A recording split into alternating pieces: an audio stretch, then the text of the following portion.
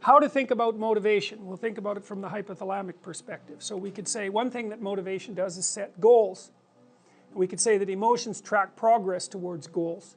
And I'm going to use that schema even though it's not exactly right. So you say, well, motivation determines where you're going to aim. So if you're hungry, you're going to aim at something to eat.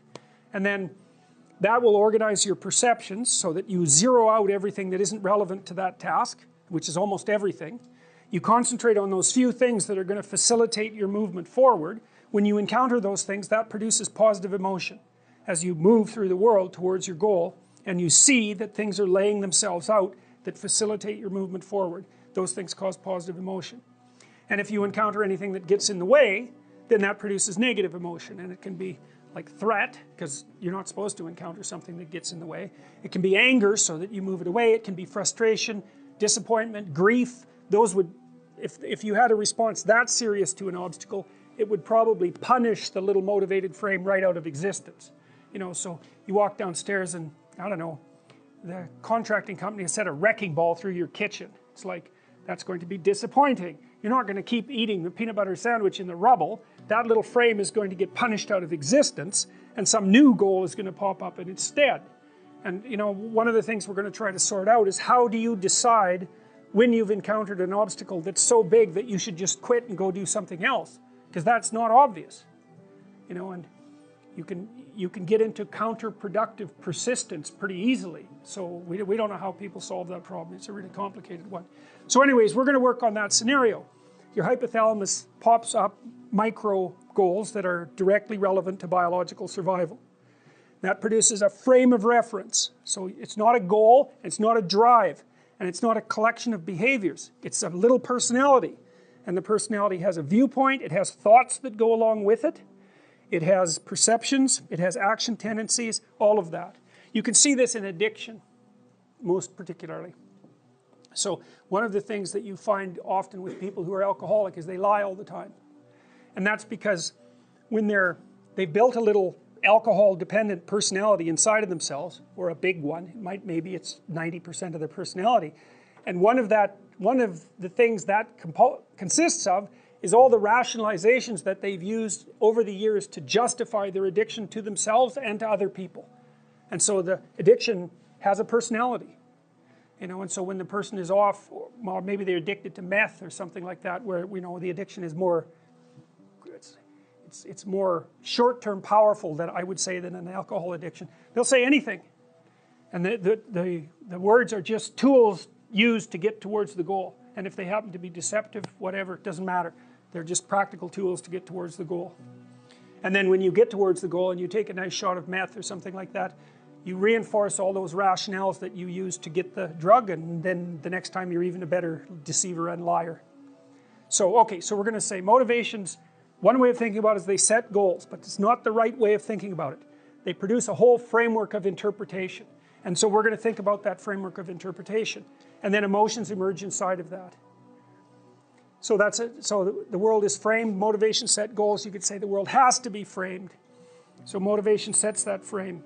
Goals, emotions, perceptions, and actions. And then actions track progress. So positive emotion says you're moving forward properly towards your goal. And if you encounter something you don't expect, you stop. That's anxiety. It's like, oh, we're not where we thought we were. And so we don't know what to do. So we should stop because we don't know where we are or what we're doing. Stop, frozen. And then the more powerful negative emotions like pain, they might make you get out of there. So emotions, forward, stop, reverse. That's your emotions within that motivated frame. So, and that's another example of how your mind is embedded in your body. Your emotions are like they're offshoots of action tendencies. That's the right way to think about it. Because action is everything, fundamentally. So what are some basic motivations? Most of these are regulated by the hypothalamus, by the way, and that tells you just how important a control system it is. The other thing that's useful to know about the hypothalamus is that it has projections going up from it that are like tree trunks, and inhibitory projections coming down that are like grapevines.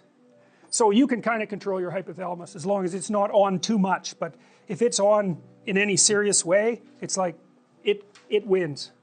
So partly what you do To stop yourself from falling under the dominion of your hypothalamus is to never ever be anywhere where its action is necessary, right? You don't want to go into a biker bar because you might find yourself in a situation where panicked defensive aggression is immediately necessary. You probably don't want that. You don't want the panic, you don't want the terror, you don't want the frenzied fight, you don't want any of that. You don't want to have to run away in absolute panic. So you just don't go there. And a huge part of how we regulate our emotions is just by never going anywhere where we have to experience them. And so that has very little to do with internal inhibitory control and everything to do with staying where you belong. The Myth of Mental Illness by Thomas Szasz, S-Z-A-S-Z. It's a classic. You should read it. If you're interested in psychology, read it. Like, it's a classic. And he basically said, most people have problems in living, they don't have psychological problems. And so I've experienced, despite my love for the psychoanalysts, very frequently what I'm doing as a therapist is helping people have a life that would work. You know, and you can parameterize that. It's like, what do you need? How about some friends? That people kind of like that. How about an intimate relationship with someone that you can trust, that maybe has a future? That'd be good. How about a career that puts you in a dominance hierarchy somewhere, so at least you've got some possibility of rising, some possibility of stabilizing yourself, and a schedule and a routine, because no one can live without a routine. You just forget that. If you guys don't have a routine, I would recommend, like, you get one going, because you cannot be mentally healthy without a routine. You need to pick a time to get up. Whatever time you want, but pick one and stick to it, because otherwise you dysregulate your circadian rhythms and they regulate your mood. And eat something in the morning. I've had lots of clients who've had anxiety disorders. I had one client who was literally starving. Very smart girl. There was very little that she liked. She kind of tried to subsist on like half a cup of rice a day. She came to me and said, I have no energy. I come home, all I want to do is watch the same movie over and over. What, like, is that weird? And I thought, well, it depends on how hard you work. You know, it's a little weird, but whatever. It's familiar. You're looking for comfort. So I did an analysis of her diet. It's like 3/4 of a cup of rice. It's like, you're starving. Eat something. You know, you'll feel better. So she modified her diet, and all her anxiety went away, and she had some energy. It's like, yeah, you got to eat. So, a schedule, that's a good thing, man. Your brain will thank you for it. It will stabilize your nervous system. With a bit of a plan, that's a good thing. You need a career, you need something productive to do with your time. You need to regulate your use of drugs and alcohol, most particularly alcohol, because that does in a lot of people. You need a family, like the family you have, your parents and all that. It'd be nice if you all got along. You could work on that. That's a good thing to work on. And then, you know, you probably need children at some point. And that's life. That's what life is. And if you're missing, you know, you may have a good reason to not be operating on one of those dimensions. It's not mandatory. But I can tell you that if you're not operating reasonably well on 4, I think I mentioned 6, if you're not operating reasonably well on at least 3 of them, there's no way you're going to be psychologically thriving. And that's more pragmatic in some sense than psychological, right? Human beings have a nature. There's things we need. And if we have them, well, that's good. And if we don't have them, well, then we feel the lack. And so behaviorists, behavioral psychologists concentrate a lot more on that sort of thing. You know, it's practical. It's like strategizing. Make a career plan. Figure out how to negotiate, because that's bloody important. Figure out how to say what you need. Figure out how to tell the truth to people. Figure out how to listen to your partner in particular, because if you listen to them, they will actually tell you what they want. And sometimes you can give it to them, and maybe they'll return the favor. And if you practice that for like 15 years, well, then maybe you're constantly giving each other what you want. Well, hooray, that would be good. And then there's 2 of you under most circumstances, and it's better to have 2 brains than 1, because people think differently because of their temperament mostly. And so The negotiation is where the wisdom arises. And it's part of the transformation, the psychological transformation that's attendant on an intimate relationship. And one of the fundamental purposes of a long-term intimate relationship. So you might say, well, what would happen if you abided by your conscience for 5 years or for 10 years? What sort of position might you be in? What sort of family might you have? What sort of relationship might you be able to forge? And you can be bloody sure that a relationship that's forged on the basis of who you actually are is going to be a lot stronger and more welcome than one that's forged on the basis of who you aren't. Now, of course, that means that the person you're with has to deal with the full force of you in all your ability and your catastrophe, and that's a very, very difficult thing to negotiate. But if you do negotiate it, well, at least you have something, you have somewhere solid to stand, and you have somewhere to live, you have a real life, and it's a great basis upon which to bring children into the world, for example, because you can have an actual relationship with them instead of torturing them half to death, which is what happens in a tremendously large minority of cases. Well, it's more than that too, because, and this is what I'll close with, and this is why I wanted to introduce Solzhenitsyn's writings to you. You see, because it isn't merely that your fate depends on whether or not you get your act together and to what degree you decide that you're going to live out your own genuine being. It isn't only your fate, it's the fate of everyone that you're networked with.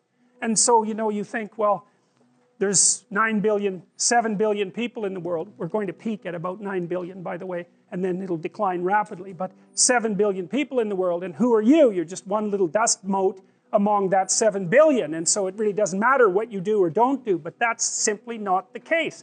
It's the wrong model, because you're at the center of a network. You're a node in a network. Of course, that's even more true now that we have social media. You'll know 1,000 people, at least over the course of your life. And they'll know 1,000 people each, and that puts you one person away from 1 million, and 2 persons away from 1 billion. And so that's how you're connected, and the things you do, they're like dropping a stone in a pond. The ripples move outward, and they affect things in ways that you can't fully comprehend, and it means that the things that you do and that you don't do are far more important than you think. And so if you act that way, of course, the terror of realizing that is that it actually starts to matter what you do. And you might say, well, that's better than living a meaningless existence. It's better for it to matter. But I mean, if you really asked yourself, would you be so sure if you had the choice? I can live with no responsibility whatsoever. The price I pay is that nothing matters. Or I can reverse it and everything matters. But I have to take the responsibility that's associated with that. It's not so obvious to me that people would take the meaningful path. You know, when you say, well, nihilists suffer dreadfully because there's no meaning in their life and they still suffer. Yeah, but the advantage is they have no responsibility. So that's the payoff, and I actually think that's the motivation. Say, well, I can't help being nihilistic. All my belief systems have collapsed. It's like, yeah, maybe. Maybe you've just allowed them to collapse because it's a hell of a lot easier than acting them out.